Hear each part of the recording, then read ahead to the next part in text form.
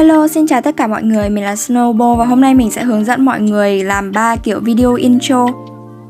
Và những cái intro video này mọi người có thể sử dụng để mở đầu những video của mình trên YouTube và tạo ra phần mở đầu ở mỗi bài thuyết trình của mình để tạo ra một cái ấn tượng riêng dành cho mình nhé.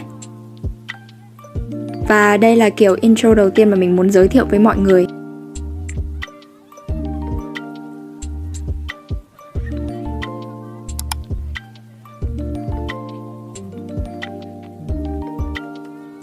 Và đến với intro thứ hai thì sẽ mang phong cách retro một chút.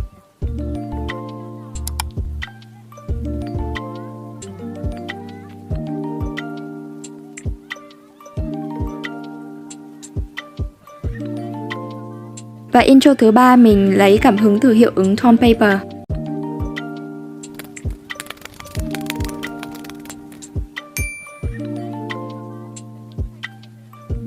Để làm mỗi video thì mình mất tầm khoảng 30 phút. Hiệu ứng của video thì không có gì là quá khó, nhưng đặc biệt ở đây là mình muốn giới thiệu với mọi người những cái cụm từ khóa mà mình hay sử dụng để trang trí những cái video của mình. Bước đầu tiên mình sẽ vào mục tạo video. Và bao giờ khi bắt đầu làm một video thì mình cũng sẽ chọn cái màu nền. Và cái từ khóa hôm nay mình sẽ dùng đó chính là spinning pitch. Khúc này là mình tua video cho nên quả đào nó xoay hơi nhanh nha mọi người, nhìn hơi kỳ. Và ở những video trước thì mình chỉ mọi người cách điều chỉnh thời gian bằng cách gõ số. Và ở đây bạn cũng có thể sử dụng chuột để điều chỉnh cái độ giãn nở của video nha. Và giống như ở video lần trước thì mình cũng sẽ sử dụng kiểu chữ này nha. Thường là khi thiết kế bất cứ thứ gì thì mình đều tạo ra cái bộ màu thương hiệu riêng của mình ấy. Thì mình sẽ gõ vào đây là mình sẽ thấy được những cái bộ màu mà mình cảm thấy là hợp với nhau.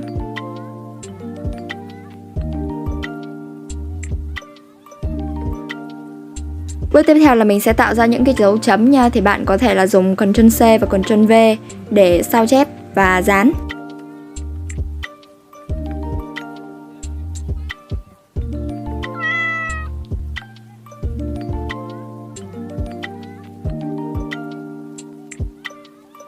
Và ở trang đầu tiên mình sẽ phóng to cái dấu chấm đầu tiên ra. Và tương tự đối với trang thứ hai thì mình sẽ phóng to cái dấu ở giữa. Và trang thứ ba thì làm tương tự nha mọi người.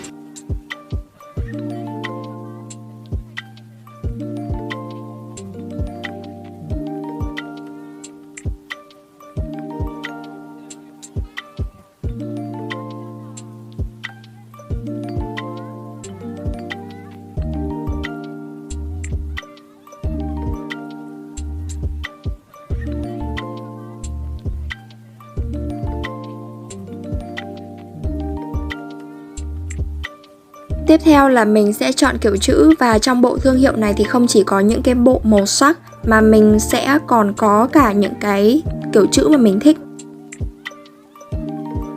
Và mình nghĩ là các bạn nên thêm một chút hiệu ứng vào cái chữ của mình để chữ của mình nổi hơn nha.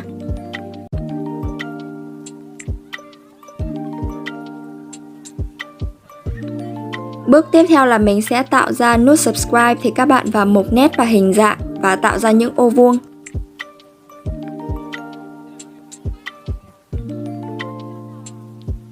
Và các bạn có thể sử dụng Ctrl và dấu ngoặc vuông để đưa những cái thành phần ra trước và ra sau.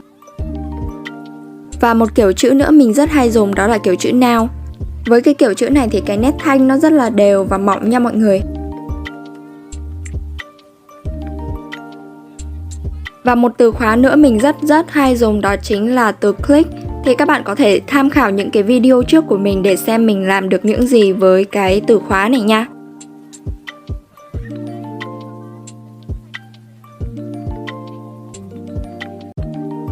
Vì ở đây có chuột click vào nên mình chỉ để trang chạy tầm 1 đến 2 giây thôi nha mọi người.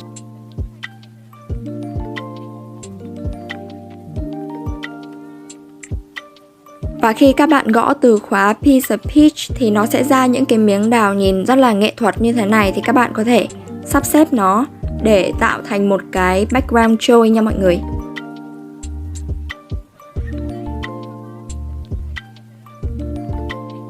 A few moments later.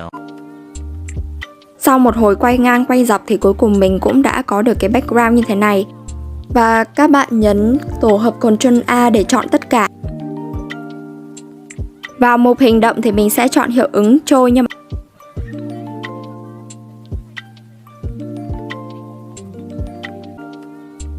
Và mình sẽ điều chỉnh khung hình từ 13 đến 15 giây. Và các bạn nhớ chỉ tải trang cuối với định dạng MP4 nha.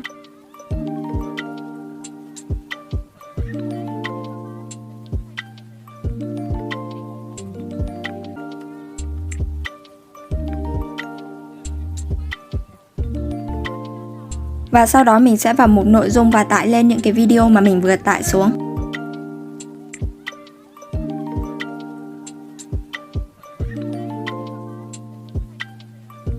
Sau đó mình sẽ đưa cái video của mình sang cái trang mà có con chuột nha. Và điều chỉnh cái độ trong suốt của nó khoảng tầm 40 đến 50. Và mình sẽ sử dụng Ctrl và dấu ngoặc vuông để đem nền về phía sau. Và đến bước này thì cũng chưa thể xong được, bởi vì khi mà các bạn xem video thì các bạn thấy là con chuột sẽ nhấp đi nhấp lại nhiều lần. Thì mình sẽ điều chỉnh sao cho con chuột chỉ nhấp một lần thôi nha. Đầu tiên chúng ta sẽ nhấn Ctrl D để sao chép. Và ở trang đầu tiên mình sẽ cắt khoảng 6 giây đầu nha. Và ở trang sau mình sẽ cắt ra 9 giây còn lại.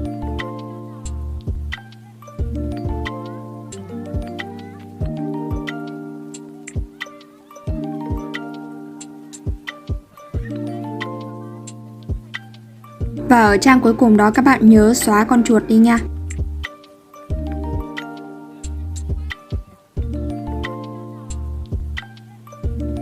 Và ở đây mình sẽ tiến hành đổi ô subscribe và lựa chọn cái hiệu ứng cho nó.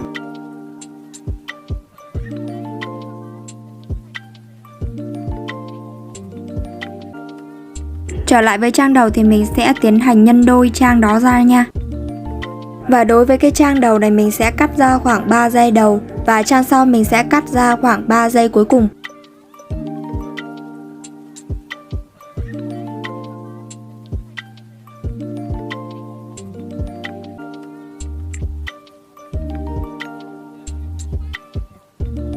Và để video của mình nhìn nó mượt hơn thì các bạn nhớ thêm trang chuyển tiếp ở đây.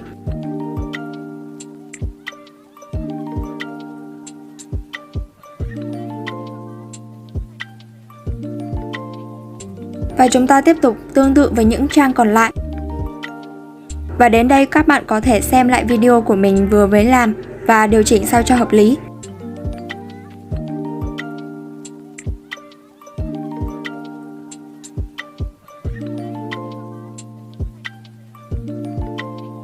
Và chuyển sang cách làm thứ hai, ở đây mình sẽ gõ tone paper trong mục nền.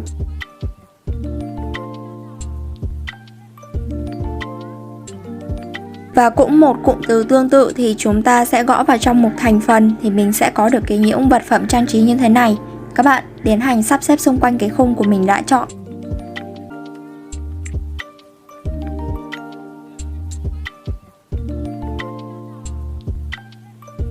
Và một mẹo nữa mà mình rất hay dùng mà mình muốn giới thiệu đến các bạn đó chính là việc truy cập vào Pinterest. Và ở đây thì có rất nhiều hình ảnh mà mình có thể không tìm được ở trên Canva. Thì mình sẽ copy những cái hình ảnh đó và đem qua thiết kế của mình. Và mình sẽ tiến hành lọc.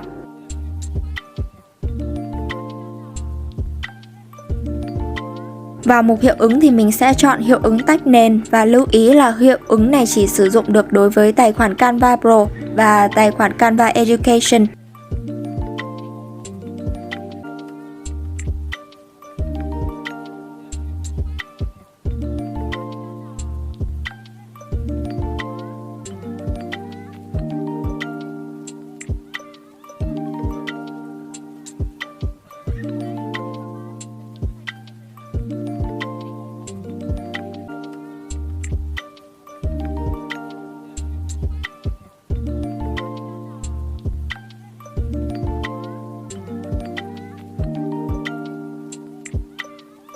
Và với chủ đề mình đang làm thì barcode cũng chính là một cái từ khóa rất là ok.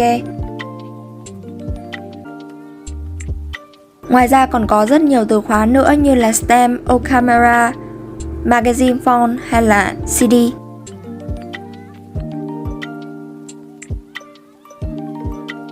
Và đối với bạn nào thích chủ đề Hy Lạp thì cụm từ Greek God cũng là một lựa chọn ok.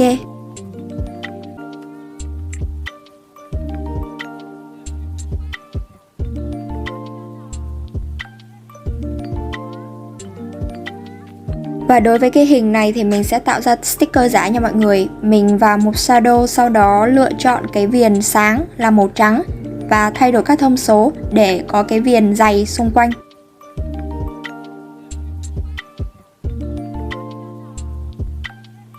Ok là vậy là mình đã xong được một cái sticker con mèo.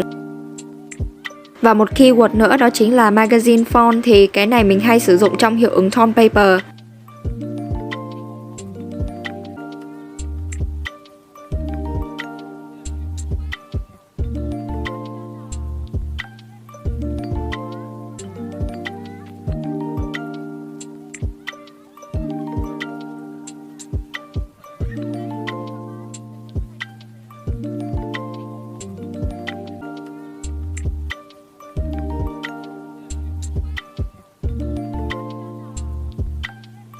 Tiếp tục mình sẽ nhân bản bằng cách nhấn Ctrl D.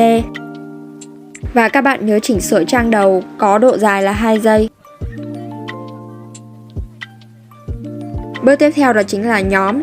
Thì mình sẽ chia ra làm 3 cụm để nhóm lại với nhau. Điều này sẽ giúp khi mà mình di chuyển tất cả các nhân vật thì sẽ dễ dàng hơn.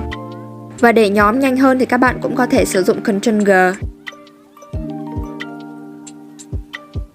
Và ở khung hình này thì các bạn nhớ điều chỉnh sao cho mỗi nhóm lùi ra phía sau một chút.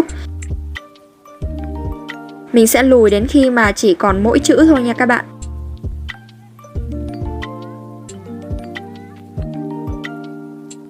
Tiếp tục tương tự với trang thứ hai.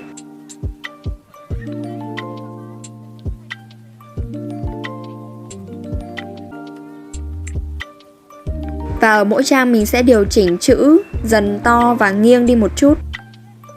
A few moments later. Và vì đây là video hướng dẫn nên mình sẽ chỉ làm 6 khung hình. Các bạn cũng có thể làm kỹ hơn, thậm chí là 10 hoặc là 15 khung hình nha. Ok, đến với cách làm template thứ 3. Và ở template này mình sẽ lấy cái cảm hứng từ tone paper. Đầu tiên nền mình sẽ chọn một cái giấy kẻ ô vuông như thế này. Và mình thường là điều chỉnh tất cả các màu sắc về cái trạng thái nó đậm hơn một chút. Tức là mình sẽ làm cho nó bớt sáng và bớt chói hơn. Tiếp theo vào mục thành phần thì các bạn gõ chữ tone paper thì sẽ có rất nhiều những cái hình ảnh ở đây, thì các bạn có thể là tùy chỉnh theo ý thích riêng của mình. Cụm từ tiếp theo đó chính là Instagram posting. Thì cái cụm từ này là để chỉ những cái khung hình mà mình hay đăng Instagram. Và mình sẽ tiến hành ghép những cái hình ảnh.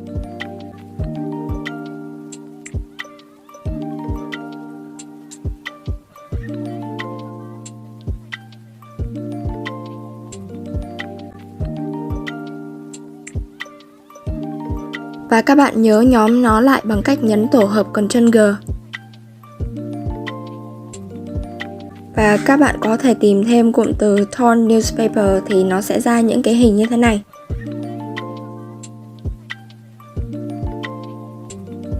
Và mình khi mà tìm trên Canva không có những cái hình mà mình thích thì mình sẽ lên Pinterest và gõ những cụm từ như là aesthetic flower thì sẽ ra những cái hình như thế này. Tương tự như hình trước thì các bạn nhớ là tạo cái viền trắng xung quanh cái hình của mình đã chọn.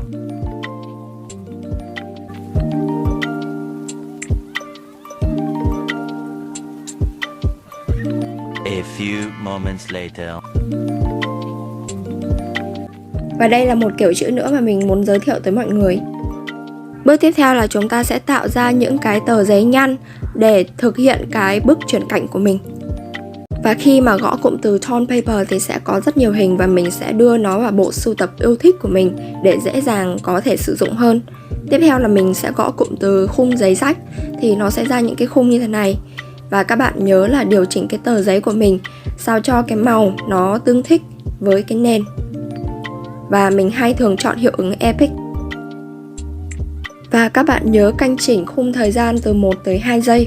Sau đó sử dụng Ctrl D để nhân bản.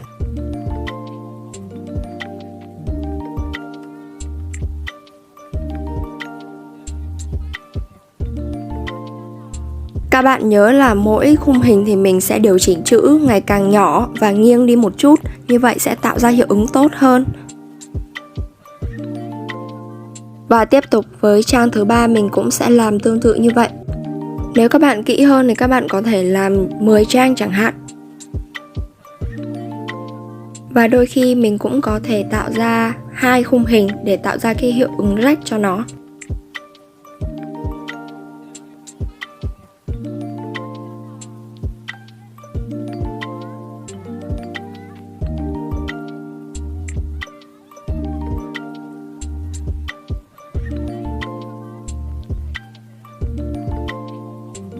Và khi mà mình cảm thấy ổn rồi thì mình sẽ để trang tiếp theo, tờ giấy sẽ được vo viên lại.